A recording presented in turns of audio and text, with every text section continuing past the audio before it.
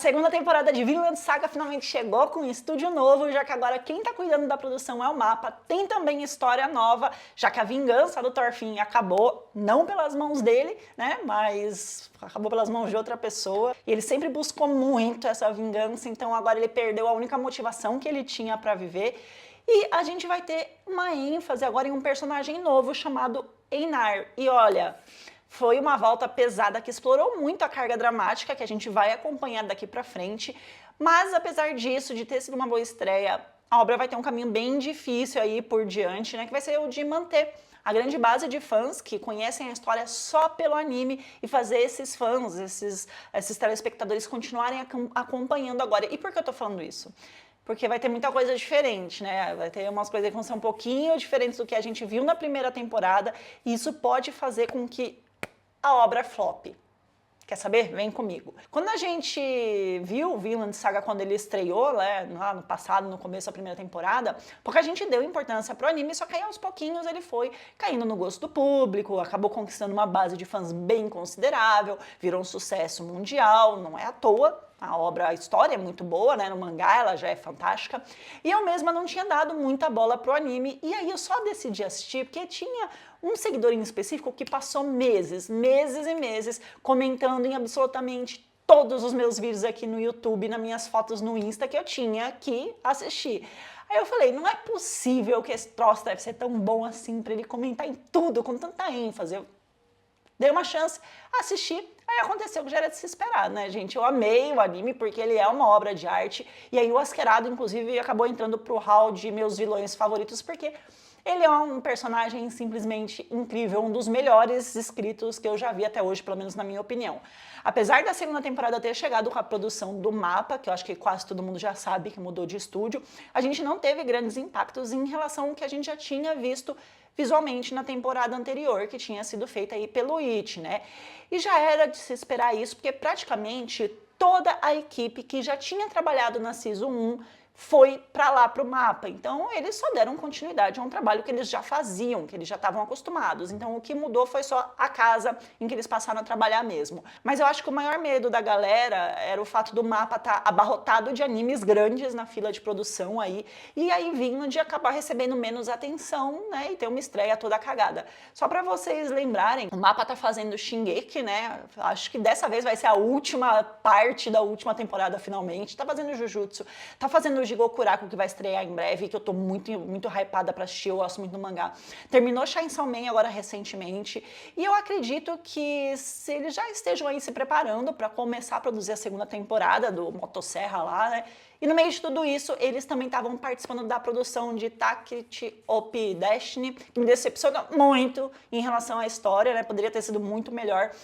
Mas o que deu pra gente ver até agora em Vinland foi um trabalho muito bem feito, com a mesma delicadez e o mesmo peso ao mesmo tempo ali nos traços, cenas bem executadas, o mesmo enfoque nas expressões, sabe? Naqueles traços grosseiros, cheios de linhas carregadas no rosto, quando a gente tem o close ali nos personagens, né, no rosto deles, passando aquela sensação tão forte de sentimento que a cena expressa e tal. E essa era uma característica muito forte de Vinland e que ainda continua. Então, assim, visualmente tá praticamente a mesma coisa de antes. Alguns toques a gente sente que tá um pouco mais moderno, mas não teve mudanças abruptas que nem aconteceu com Attack on Titan, por exemplo.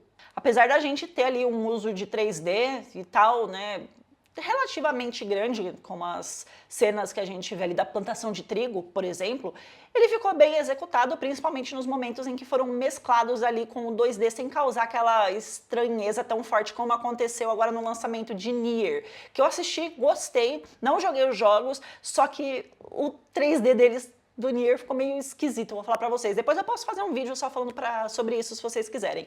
A produção fez um trabalho bem minucioso, assim, nos cenários, né, em alguns momentos, mostrando uma exposição visual bem exuberante, com cores fortes, apesar da paleta de cores do anime ser em tons frios e pastéis, e aí em alguns momentos com cenas bem impiedosas, como foi a cena lá do Einar sendo invadida, a terra dele sendo invadida, irmã e mãe mortas, essas coisas assim. Então eles conseguiram equilibrar bem essa mistura de momentos desde o início, e o que a gente teve visualmente foi tudo muito bem executado, apesar de em alguns momentos, durante a invasão, por exemplo, a gente ter tido só imagens estáticas em que eles usaram a sonoplastia para poder inserir a nossa mente dentro do massacre que estava rolando, só que ainda assim eu gostei bastante do que eu vi porque foi muito bem realizado, sabe? Continuou sendo tão envolvente quanto teria sido se a gente tivesse ali a cena da porrada e das espadadas rolando e as cabeças caindo no chão do mesmo jeito, tá? A gente não teve erros de sequência assim fortíssimas, na verdade eu não peguei nada visual assim.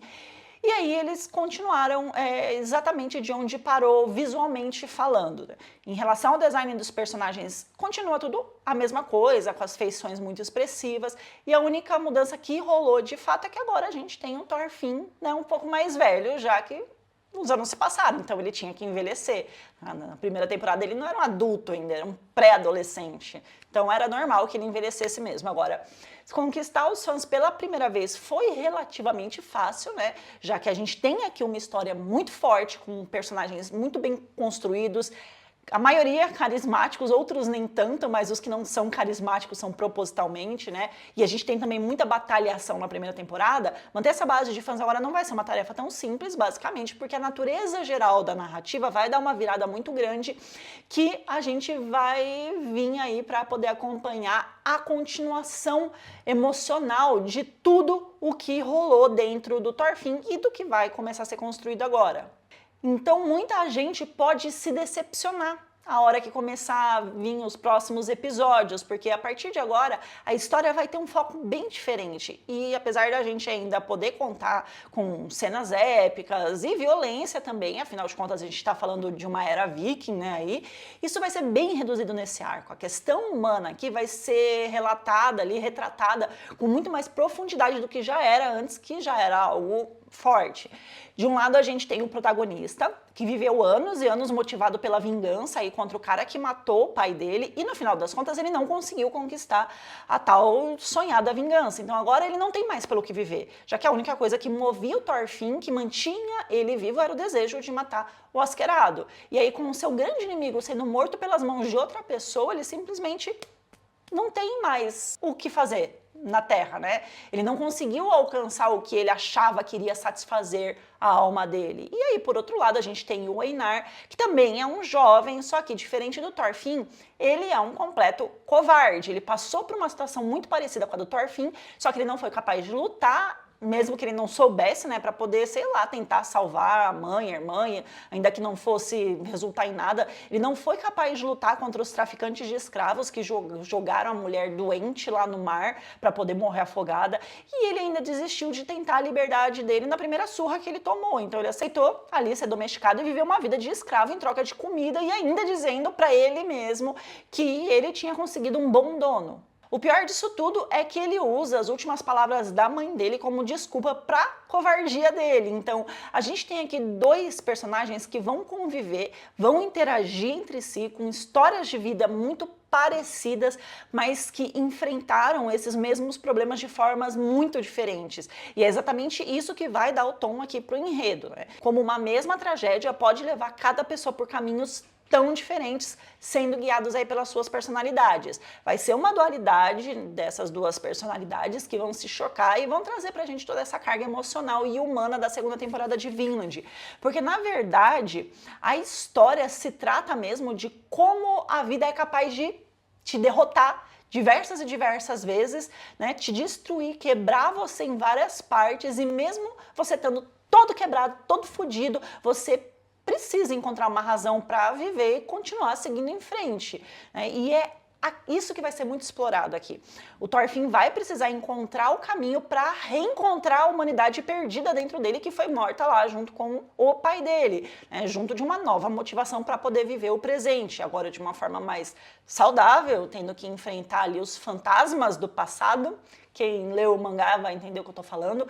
E as marcas, que é essa obsessão que ele tinha deixou na mente e na alma dele, enquanto o Einar vai precisar sair da zona de conforto em que ele tá, aprendendo a lutar por uma vida digna e se livrar dessa covardia que levou ele a estar aonde ele está agora, sem lutar contra isso, né? Sem lutar pela sua própria liberdade, simplesmente aceitar. Ele vai aprender a lutar pelo que ele acredita. Ele vai descobrir, na verdade, o que é que ele acredita, porque nem ele sabe, né? Pelo que ele deseja, né? Enfrentar o mundo pelo que ele quer. Então ele vai se ele vai se descobrir enquanto o Thorfinn vai se redescobrir.